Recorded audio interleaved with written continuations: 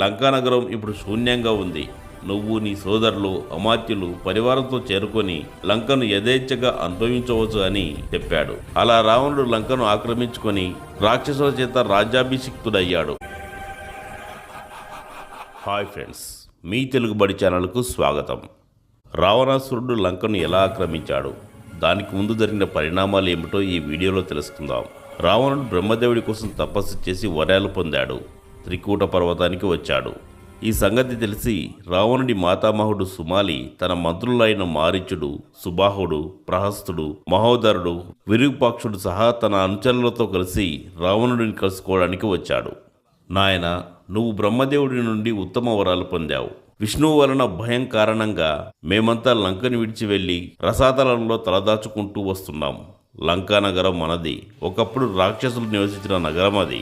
ఇప్పుడు నీ సోదరుడు బుద్ధిమంతుడైన కుబేరుడు లంకను తన నివాసంగా చేసుకున్నాడు. నువ్వు బుద్ధిబలంతో గాని సామధాన భేద దండోపాయాలతో గాని తిరిగి లంకను స్వాధీనం చేసుకున్నట్లయితే మంచి పని చేసినట్లవుతుంది.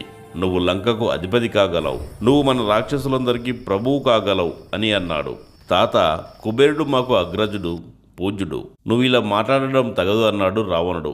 ప్రహస్తుడు కలగజేసుకొని, రావణ, నీ మాటలు వీరోచితంగా లేవు. శూరులకు భాతృప్రేమ ఉండరాదు. తోబుట్టువులైన అదితి, దితి, సౌందర్యవతులు వారిద్దరూ కశ్యప ప్రజాపతి భార్యలు. అదితి ముల్లోకాలకు ప్రభువులైన దేవతలను, దితి దైత్యులను కన్నారు. సాగర పర్వత సమన్వితమైన ఈ భూలోకంపై దైత్యులు అధికారం కలిగిన వారై ఉండేవారు. విష్ణువు యుద్ధాలలో దైత్యులెందరినో చంపి ముల్లోకాలను దేవతల వశం చేశాడు. సోదరులతో విరోధం పెట్టుకోవడం అనే విపరీతాన్ని నువ్వొక్కడవే చేయడం లేదు. పూర్వం సురాసురులు చేసిన పని కూడా ఇదే. కాబట్టి నేను చెప్పినట్లు చేశావంటే లంకాధిపత్యమే కాదు, నీకు త్రిలోకాధిపత్యం కూడా లభించగలదు. ప్రహస్తుడి మాటలతో రావణుడు ఆలోచనలో పడ్డాడు. కాసేపు ఆలోచించాక, సరే అలాగే చేస్తాను అని పలికాడు. రావణుడి మాటలతో సుమాలి, అతడి మంత్రులు, అనుచరులు ఆనందంలో ఉబ్బితబిబ్బయ్యారు. మాతామహుడితోనూ అతడి మంత్రులతోనూ చర్చలు జరిపిన తర్వాత కుబేరుడి వద్దకు మాటకారి అయిన ప్రహస్తుడిని రాయబారిగా పంపాలని రావణుడు నిర్ణయించాడు. ప్రహస్త, నువ్వు లంకకు వెళ్ళు. ధనాధిపతి అయిన కుబేరుడితో సామ మార్గంలో ఇలా చెప్పు అని తన సందేశాన్ని ఇలా చెప్పాడు. సౌమ్యుడైన కుబేర, మహాత్ములైన రాక్షసులకు చెందిన లంకానగరంలో నువ్వు నివాసం ఏర్పరచుకున్నావు. ఇది నీకు తగదు. అందువల్ల ఇప్పుడు లంకను తిరిగి మాకు ఇచ్చేసినట్లయితే నాకు సంతోషాన్ని కలిగిన వాడివి, ధర్మాన్ని పాలించిన వాడివి కాగలవు అని ఆదేశించాడు. రావణుడి ఆదేశంతో ప్రహస్తుడు లంకకు బయలుదేరాడు. కుబేరుడు మందిరానికి చేరుకొని అతడితో, బుద్ధిశాలివైన కుబేర, నీ సోదరుడైన దశకంఠుడు రావణుడు నన్ను నీ వద్దకు పంపాడు. రావణుడి ఆజ్ఞపై నేను చెబుతున్న మాటలు విను. పూర్వం ఈ లంకా నగరాన్ని సుమాలి మొదలైన రాక్షసులు ఏలుకున్నారు. అందువల్ల సౌమ్యంగా అర్థిస్తున్నా, నీ సోదరుడైన రావణుడికి ఈ లంకను అప్పగించు అని చెప్పాడు. ప్రహస్త, రాక్షసులెవరూ లేని ఈ లంకను నా తండ్రి నాకు అప్పగించాడు. ప్రజలకు తగిన దాన గౌరవాలు కల్పించడం ద్వారా దీన్ని నేను నివాసయోగ్యంగా చేశాను. నువ్వు వెళ్ళి రావణుడితో ఇలా చెప్పు అని, రావణ, ఈ లంకానగరం, ఈ రాజ్యం నీకు చెందినదే. ఏ బాధలు లేకుండా రాజ్యాన్ని అనుభవించు. నా రాజ్యాన్ని, నా ధనాన్ని నీతో ప్రత్యేకంగా పంచుకోవాల్సిన పని లేదు. ఇవి మనిద్దరము కలిసి అనుభవించవలసినవి అని చెప్పి ప్రహస్తుడిని సాగనంపాడు.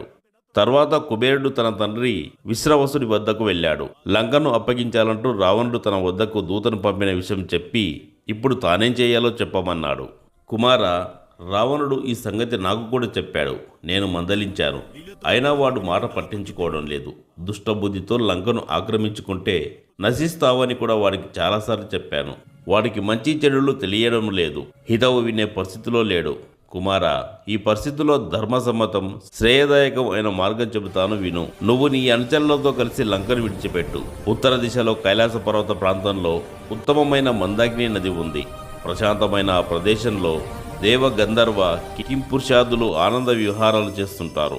అలాంటి మందాకిని తీరంలో నివాసయోగ్యమైన నగరాన్ని నిర్మించుకో అని సలహా ఇచ్చాడు. తండ్రి సలహాతో కుబేరుడు తన భార్య, పుత్రులతో, అమాత్యులతో, పరిజనంతో రథాది వాహనాలను సిద్ధం చేసుకుని కైలాసం వైపు ప్రయాణం ప్రారంభించాడు. కుబేరుడు లంకను ఖాళీ చేసేయడంతో ప్రహస్తుడు సంతోషించాడు. వెంటనే రావణుడి వద్దకు వెళ్ళి, లంకానగరం ఇప్పుడు శూన్యంగా ఉంది. నువ్వు నీ సోదరులు అమాత్యులు పరివారంతో చేరుకొని లంకను యథేచ్ఛగా అనుభవించవచ్చు అని చెప్పాడు. అలా రావణుడు లంకను ఆక్రమించుకొని రాక్షసుల చేత రాజ్యాభిషిక్తుడయ్యాడు. లంకని విడిచి వెళ్లిన కుబేరుడు కైలాస పర్వతం వద్ద మందాకిని తీరానికి చేరువలో అలకాపురి నగరాన్ని నిర్మించుకున్నాడు. మీకు ఈ వీడియో నచ్చితే లైక్ చేయండి, మా ఛానల్ సబ్స్క్రైబ్ చేసుకోండి.